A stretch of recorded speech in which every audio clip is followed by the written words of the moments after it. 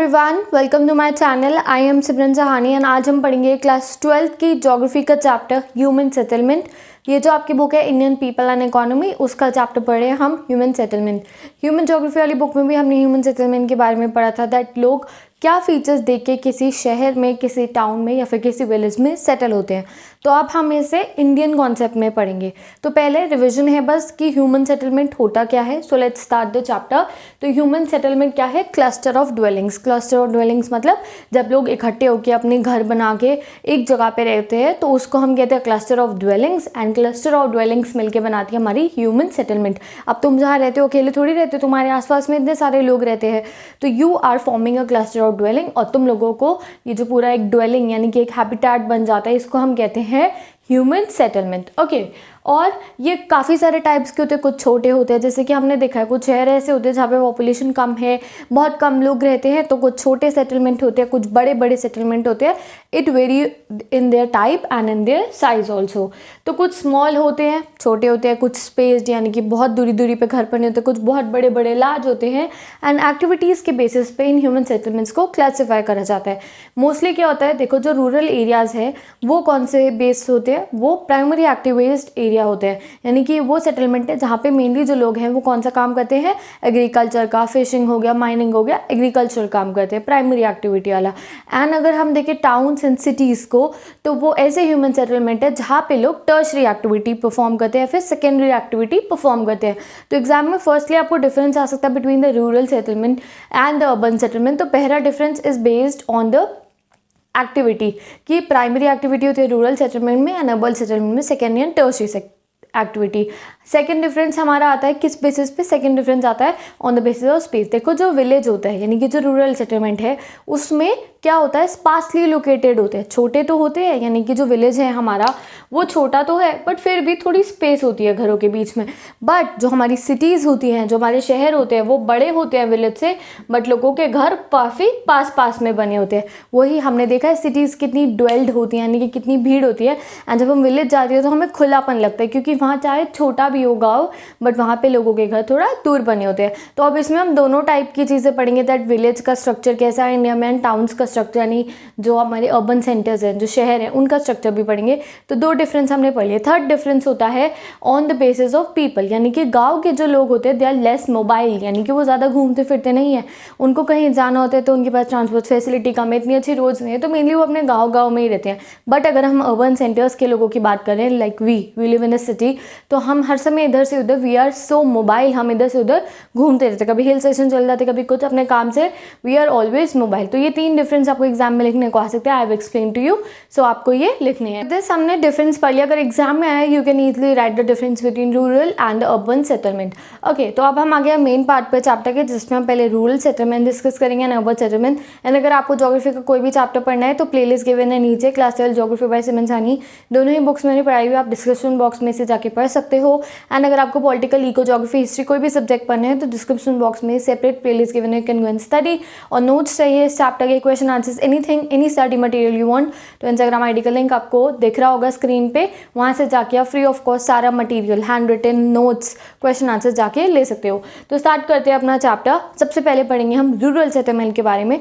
Rural settlement को क्या बताया गया है, they are smaller in size. We all know जो गाँव होते हैं वो थोड़े छोटे होते हैं, and they are sparsely located. Mostly जो होते हैं गाँव, अगर उनका मेन फीचर देखा जाए तो घर थोड़ी दूरी पे बने होते हैं as compared to the cities, and their main focus is on the primary activities. क्या होता है सबसे पहली चीज़ वहाँ पे, primary activity, agriculture, mining, fishing, ये सब काम वो लोग करते हैं। Now what are the factors determining rural settlement, जैसे क्या होता है, ऐसे कौन से फैक्टर है जिसको कंसिडर करा जाएगा अगर कोई गाँव को बसना है तो यानी कि कहीं पर जाके किसी को रूरल सेटलमेंट इस्टेब्लिश करने, तो क्या वो फैक्टर्स देखे जाते थे। तो first is the physical, then is the cultural, and third is the security factor. Direct question आएगा एग्जाम पे, factors determining the rural settlements. तो फिजिकल फैक्टर्स में मेनली फिजिकल फैक्टर हमेशा सेम ही होते हैं। क्या है, नेचर ऑफ टेरेन, यानी कि कितनी ऊंचाई पर है, ऑल्टीट्यूड भी वही हो गया ऊंचाई, टेरेन मतलब कि प्लेन है, माउंटेन एरिया है, डेजर्ट एरिया है, क्लाइमेट यानी कि हॉट क्लाइमेट है या फिर कोल्ड क्लाइमेट है, और वाटर की अवेलेबिलिटी बहुत इंपॉर्टेंट चीज़ है। अगर अगर हमें कहीं पे सेटलमेंट करनी हो तो इन चीज़ों को देखा जाता है। Secondly we see the social culture, caste and religion, जैसे कि कैसा वहाँ का कल्चर है, किस कास्ट के लोग रह रहे हैं, किस रिलीजन के लोग रह रहे हैं, उस बेस पे लोग जाके सेटल होते हैं। Third is the security reason, defence against theft and robbery, इसको भी कंसिडर करा जाता है। अगर किसी जगह पे बहुत ज़्यादा रॉबरीज हो, थेफ्ट हो, तो वहाँ पे लोग रहना पसंद नहीं करते। तो दिस इज अ 2 मार्क का क्वेश्चन एज इट इज, आप इसको लर्न कर सकते हो। Now we will see the type of rural settlement, कितने टाइप के हमारे रूरल सेटलमेंट होते हैं। इस पर डायरेक्ट लॉन्ग आंसर भी आ सकता है एग्जाम में, एंड इन 2 जैसे सेटलमेंट्स हैं इनके बीच में से डिफरेंस करने को भी आ सकता है। तो आपको एज इट इज़ एक एक जो आपका ये सेटलमेंट्स है इनको मैं एक्सप्लेन करूंगी, और पॉइंट फॉर्म में आप इनको एग्जाम में आंसर में बना के लिख सकते हो। तो क्या होती है टाइप ऑफ रूरल सेटलमेंट, किस बेसिस पर डिटरमाइंड होते हैं, एक बिल्टअप एरिया और एक इंटर हाउस डिस्टेंस, 2 चीज़ें देखी जाती है कि कितने एरिया में बना हुआ है, सेकेंडली जो घर हैं उनके बीच में कितना डिफरेंस है, इसको कंसिडर करते हैं हम सेटलमेंट को डिटरमाइन करने के लिए। अब मैं कह रही हूँ कि ये ऐसा वाला सेटलमेंट है, ये ऐसा वाला सेटलमेंट, तो कोई चीज़ तो हमने कंसिडर करी होगी डिफ्रेंशिएट करने के लिए, तो वही चीज़ों को क्या है वो 2 चीज़ें, built up area and inter house distance. First is are clustered settlement. देखो क्लस्टर मतलब क्या होता है, क्लोजली स्पेस्ड, यानी कि जब घर बने होते हैं पास पास में तो उसको हम क्लस्टर कहते हैं, ये बात याद रखना हमेशा। और डिस्पर्स्ड होता है जिसमें घर दूर दूर बने होते हैं, एक इधर हो गया, एक इधर हो गया, तो इस बेसिस पे होते हैं हमारी क्लस्टर्स एंड डिस्पर्स। अभी आगे तक याद रखना है इसको। तो क्लस्टर्ड सेटलमेंट कौन से होते हैं, closely spaced, no space between the houses, चिपके चिपके घर बने होते हैं, आपस में स्पेस नहीं होती। Living places separated from farms, barns and pasture. Farm होता है, बड़ा सा फार्म होता है जहाँ पे ग्रेन्स वेन्स उगते हैं। बार्न होता है जहाँ पे स्टोर करके रखा जाता है। बार्न होता है, आपने ग्रीन फार्म वगैरह गेम खेले होगी, बार्न होता था हमारा इन्वेंट्री, उसमें क्या होता है जो ग्रेन कट के होते हैं या फिर जो वेजिटेबल्स निकले उसको स्टोर करा जाता है। And pastures are green land होता है, घास उगी होती है, वहाँ पे जाके जो एनिमल्स है वो घास चरते हैं। तो इन तीनों जगहों से दूर बने होते हैं घर, यानी कि आप मान लो ये फार्म एरिया हो गया और यहाँ पे घर बने हुए हैं लोगों के, तो चिपके हुए नहीं होते, दूर होता है। जैसे कि अभी नॉर्मल मान लो आपकी खेत दूर है घर से, इस टाइप की हमारी क्लस्टर्ड सेटलमेंट होती है। यहाँ ज्योमेट्रिकल शेप अगर इन सेटलमेंट्स की देखी जाए, क्लस्टर्ड मतलब पास पास में जब घर बने होते हैं, तो ये रेक्टेंगुलर, लीनियर एंड रेडियल तीनों ही टाइप से बनी होती है। हमने जो हमारी चैप्टर था ना ह्यूमन ज्योग्राफी वाली बुक का, उसमें इन तीनों पैटर्न्स के बारे में पढ़ा था। अब मेन पोर्शन यहाँ पर आ जाओ आप अपना, कि इंडिया में कहाँ कहाँ पे ये सेटलमेंट होती है। 1 मार्कर में यही आएगा, name the areas where clustered settlement are found in India. तो first is fertile alluvial plain, second is north eastern states, और 2 एग्जाम्पल और है। अब लोग क्लस्टर्ड सेटलमेंट यानी कि चिपका चिपका के घर क्यों बनाते हैं, तो उसके 2 रीज़न है। एक होता है अवेलेबिलिटी ऑफ वाटर, जैसे कि राजस्थान में क्लस्टर्ड सेटलमेंट होती है क्योंकि जो वाटर है वो कम होता है, तो इसलिए जिस जगह पे पानी मिल रहा है वहीं लोग अपने घर बना के रहने लगते हैं। सेकेंड क्या है, सिक्योरिटी पर्पस है, जहाँ पे जो फॉर एग्जाम्पल इसमें आपको बताया गया है बुंदेलखंड एंड नागालैंड, जहाँ पे सिक्योरिटी अच्छी होती है, जैसे कि लगता है यहाँ पे कोई डर नहीं है चोरी का, डाका पड़ने का, तो वहाँ पे लोग पास पास में अपने घर बना लेते हैं, क्लस्टर्स में घर बनाते हैं, जैसे कि सिक्योरिटी भी रहे, और second reason is because of the water. तो क्लस्टर्ड सेटलमेंट कंप्लीट। अब आते हैं अपनी सेकेंड सेटलमेंट पे, इसका नाम क्या है, सेमी क्लस्टर्ड सेटलमेंट। तो देखो सेमी मतलब क्या होता है, थोड़ा, तो यहाँ पे क्लस्टर और जो डिस्पर्स सेटलमेंट होती है उसका मिक्सचर होता है। ये मैंने आपको स्टार्टिंग में ही बता दिया। डिस्पर्स सेटलमेंट कौन सी होती है, जिसपे जो घर हैं वो दूरी पे बने होते हैं, और क्लस्टर जिसमें पास पास में। तो सेमी क्लस्टर दोनों का मिक्सचर होती है। ऐसा आप एक एरिया मान लो, इसमें लोग 1 2 3 4 ये ऐसे लोग जो होते हैं वो सेटल्ड होते हैं। और जो इसमें क्या होता है, देखो जो मेन कम्युनिटी है, यानी कि जो एरिया की main community, powerful rich community जो होती है, वो सेंटर या फिर जो सबसे इंपॉर्टेंट एरिया होता है जहाँ पे सबसे ज़्यादा रिसोर्सेज होती है, वहाँ पे आके सेटल हो जाते हैं। और जो हमारे मीडियम क्लास वर्कर जो लोग होते हैं उनको आउटसाइड ऑफ द सेटलमेंट पे रहना पड़ता है। तो जो अमीर लोग हैं, पावरफुल कम्युनिटी है, वो सबसे बढ़िया इलाके में आके सेटल हो जाती हैं, और जो बाकी के लोग हैं वो इधर उधर वाले इलाकों में जाके उन्हें सेटल होना पड़ता है, ईदर विलिंगली और ईदर फोर्सफुली भी होना पड़ता है। तो ये हो गया हमारा सेमी क्लस्टर्ड सेटलमेंट। एक झुंड बने होते हैं, कुछ कुछ दूरियों पे झुंड बना के लोग रह रहे होते हैं, उसको हम सेमी क्लस्टर्ड सेटलमेंट कहते हैं। मैंने आपको फिगर फॉर्म में समझा दिया है, क्योंकि अगर आप डायरेक्ट लाइन्स पढ़ते तो नहीं समझ पाता। अब देखते हैं सेग्रीगेशंस ऑफ लार्ज विलेजेस। ये सेग्रीगेट कम्युनिटी तो कर दिया, ये यहाँ पे 10-12 घर, यहाँ पे 10-12 घर, यहाँ पे 10-12, यहाँ पे 10-12 और यहाँ पे main community. It is dispersed cluster, ये तो क्लस्टर ही है, 10-12 घर हैं तो मतलब क्लस्टर ही तो कहेंगे, बट ये क्लस्टर्स जो हैं आपस में डिस्पर्स्ड हैं, तो it is a mixture of dispersed and clustered settlement, इसलिए इसको सेमी क्लस्टर्ड कहते हैं। जो डोमिनेंट कम्युनिटी होती है वो कैप्चर कर लेती है most important part in the village, जो सबसे रिसोर्सफुल बढ़िया इलाका होता है उसको डोमिनेंट कम्युनिटी ले लेती है, और जो मीडियम वर्कर्स होते हैं और जो नॉर्मल वर्कर्स होते हैं वो आउटसाइड ऑफ द विलेजेस में जाके सेटल हो जाते हैं। मैंने पिक्चर के थ्रू आपको समझा दिया है। It is mainly found in Gujarat and Rajasthan. तो विद दिस हमारा 2 सेटलमेंट कंप्लीट। अब आते हैं हैमलेटेड सेटलमेंट। हैमलेटेड सेटलमेंट क्या होती है? हैमलेट्स क्या हुए? यूनिट्स बनी होती है घरों की। Each Hamlet is a unit, और एक यूनिट के अंदर बहुत सारे घर होते हैं। It is based because of the social और एथनिक फैक्टर्स। देखो, लोग अपनी अपनी कम्युनिटी के लोगों के साथ रहना पसंद करते हैं, तो इसलिए इस वाली सेटलमेंट में भी यही होता है कि जो लोग होते हैं, ये विलेज है, अलग अलग हैमलेट्स बन जाते हैं। देयर आर डिफरेंट हैमलेट्स, ये अलग रिलीजन को परफॉर्म करेंगे, ये अलग रिलीजन को, ये अलग कम्युनिटी के। तो this is known as the hamleted settlement. Different identity names होते हैं लोगों के, यानी कि जैसे हमने देखा ना इंडिया में तो कितना ज़्यादा जात पात होता है, तो अलग अलग कास्ट के लोग अपनी कम्युनिटीज़ के हिसाब से आसपास में घर बना के इसमें रहने लगते हैं। फॉर एग्जाम्पल पन्ना, पारा, नागला, धानी, ये एक टाइप की हमारी हैमलेटेड सेटलमेंट्स है। कहाँ पे इंडिया में ये हैंगे? Middle lower Ganga plain. Main चीज़ यही है आपको लर्न करने की। ये कहाँ थे? गुजरात, राजस्थान, 1 मार्कर्स में आते हैं ये। Middle lower Ganga plain Chhattisgarh में और लोअर वैली ऑफ हिमालयाज में हैमलेटेड सेटलमेंट पाई जाती है। अब आ जाओ डिस्पर्स सेटलमेंट में। तो डिस्पर्स तो मैं तुम्हें इतनी बार समझा ही दिया, जहाँ पे बहुत दूर दूर घर बने होते हैं। आइसोलेटेड हट्स और हैमलेट्स इन रिमोट एरियाज। हैमलेट क्या होता है? Unit of houses. और ये जंगल्स में होते हैं। रिमोट एरियाज़ मतलब ऐसे एरिया जो बहुत दूर होते हैं, जहाँ पे नेटवर्क्स नहीं होते हैं और जहाँ पे कोई भी शहर वहर पास में नहीं होता। जंगल्स में, हिल्स में, फार्म्स में और पेस्चर्स में, यहाँ पे कई बार लोग टेम्परेरी हाउसेस बना के भी रह रहे होते हैं। फॉर एग्जांपल आप कोई माउंटेन एरिया कंसिडर करो, ये माउंटेन एरिया है या फिर हिल की स्लोप है, तो यहाँ पे जो घर है वो अकॉर्डिंग टू द रिसोर्सेज बने होते हैं। यानी कि जो ये ऐसी ढलान है, ढलान पे तो आके कोई नहीं रहेगा ना, तो जहाँ पे प्लेन इलाका बनता दिखता है लोगों को, वहाँ पे आके लोग सेटल हो जाते हैं। इसीलिए जो घर होते हैं काफ़ी दूरी पे बने होते हैं। जो ढलान होती है वहाँ पे फार्मिंग हो जाती है, और जो प्लेन एरिया होता है वहाँ पे जाके लोग रहने लगते हैं। Disperse settlement is due to the resources. जहाँ पे रिसोर्स होती है वहाँ पे लोग जाके सेटल हो जाते हैं।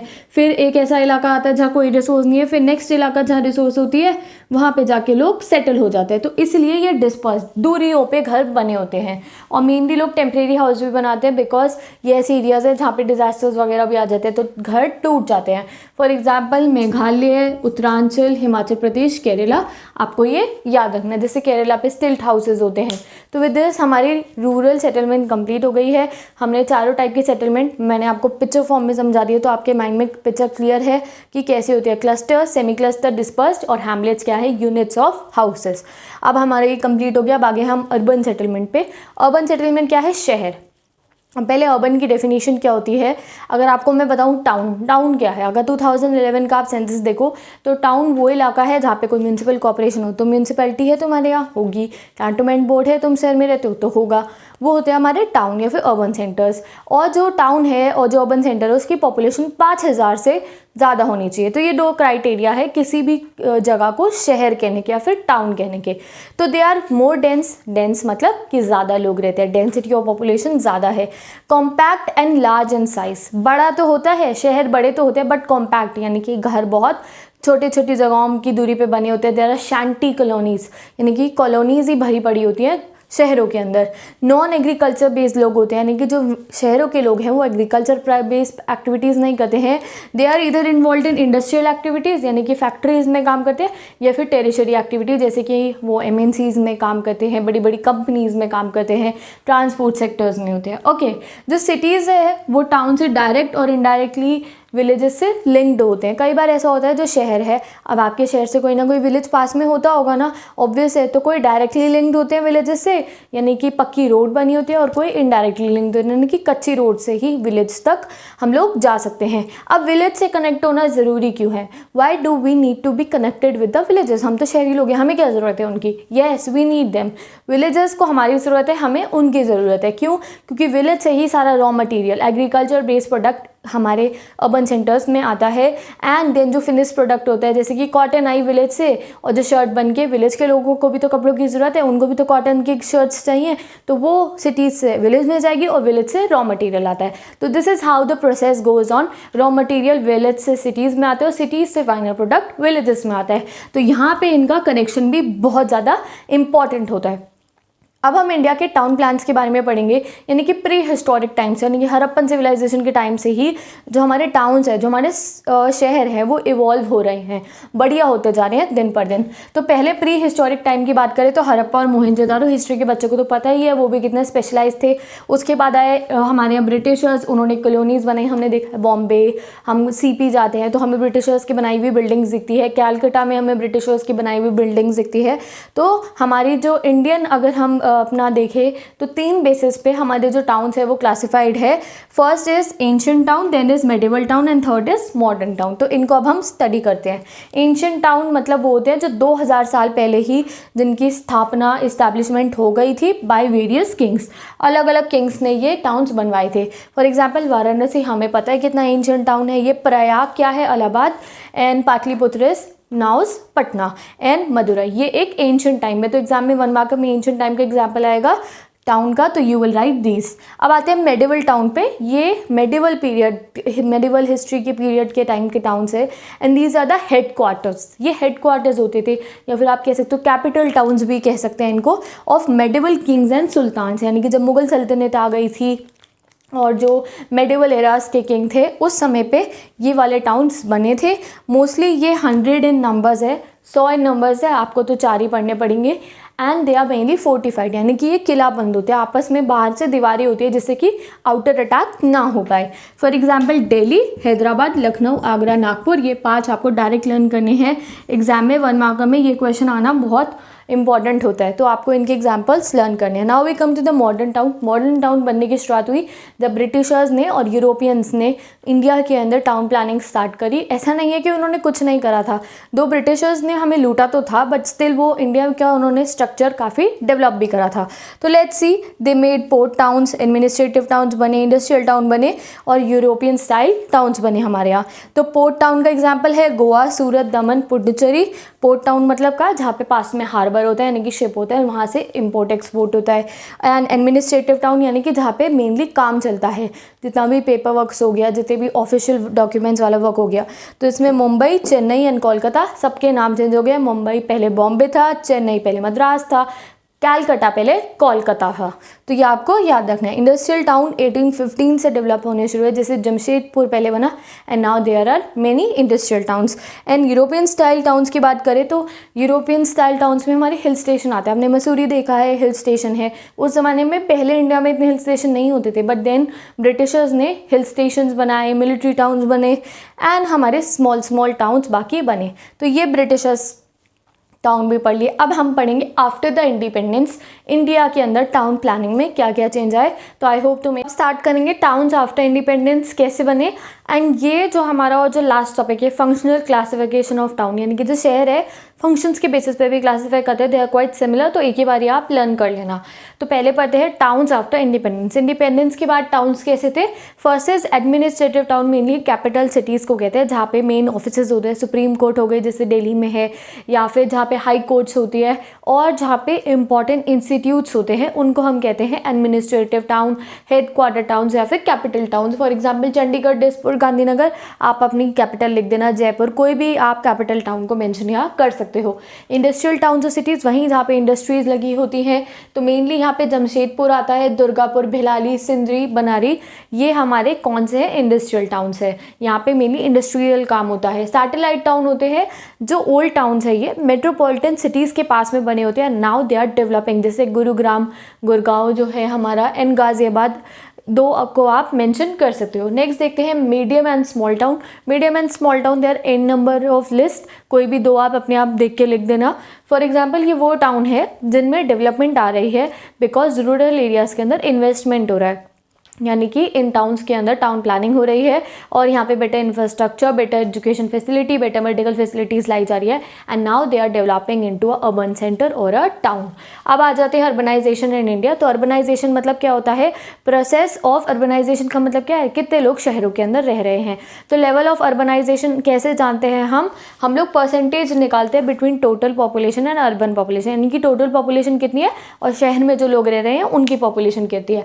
Total percentage of urban population to total population से हम अर्बनाइजेशन निकाल लेते हैं। अगर इंडिया के 2011 के सेंसस के हिसाब से आप देखो तो 31.16% हमारा आता है क्या, हमारा अर्बनाइजेशन लेवल।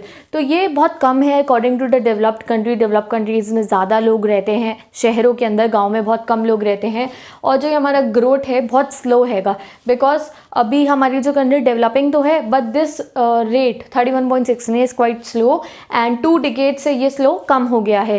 पहले ये जो ग्रोथ रेट था बड़ा, यानी कि काफ़ी लोग शहर में आके रहने लग गए थे, बट अब 20 साल से ये जो ग्रोथ रेट है ये नीचे जाता जा रहा है। अब अगर हम देखें classification of towns on the basis of population के बेसिस पे हम टाउन्स को क्लासीफाई करते हैं। मेन यही क्लासिफिकेशन का वो होता है। तो पॉपुलेशन को देखते हैं हम, जिस टाउन में जितनी पॉपुलेशन उसको वो नाम दे दिया जाता है।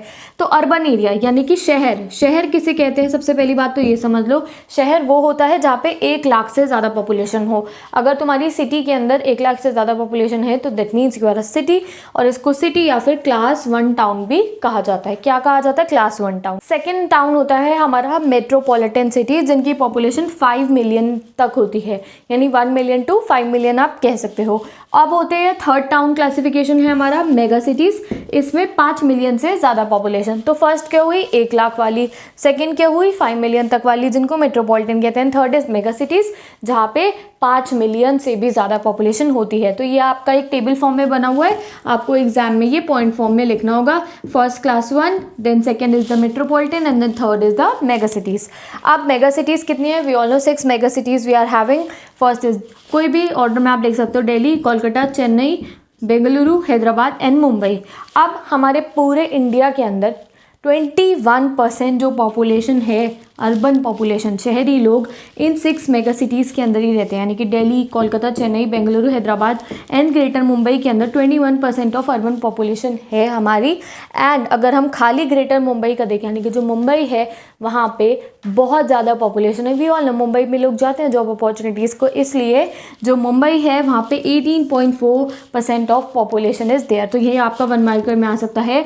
मेगा सिटीज़ में से सबसे ज़्यादा पॉपुलेशन कौन सी सिटी में है? तो वी ऑल नो मुंबई के अंदर है। तो मेनली पॉपुलेशन बेसिस वाला ही आपको याद रखना है क्लासिफिकेशन।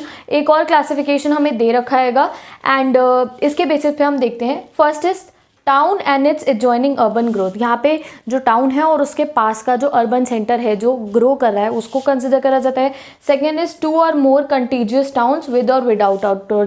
इसमें 2 से ज़्यादा शहरों को देखा जाता है और चाहे पास में कोई डेवलप सिटी और मोर टाउन विद आउटग्रोथ, यानी कि एक सिटी हो या ज़्यादा सिटी हो और उसके साथ में टाउन से और पास में उसके जो आउटग्रोथ्स मतलब जो इलाके डेवलप हो रहे होते हैं, जो रूरल एरियाज जो डेवलप हो रहे होते हैं। तो ये इतना इंपॉर्टेंट नहीं है। अब हमें देखना है कि जो क्लास 1 टाउन्स है, यानी कि जिनकी 1 लाख से ज़्यादा पॉपुलेशन है या 1 लाख तक है, दे कॉम्प्रोमाइज 60%। 60% कितने टाउन्स है हमारे? क्लास 1 टाउन है एंड 468 है ये नंबर पे and 53 we are having the metropolitan cities and 6 are the mega cities.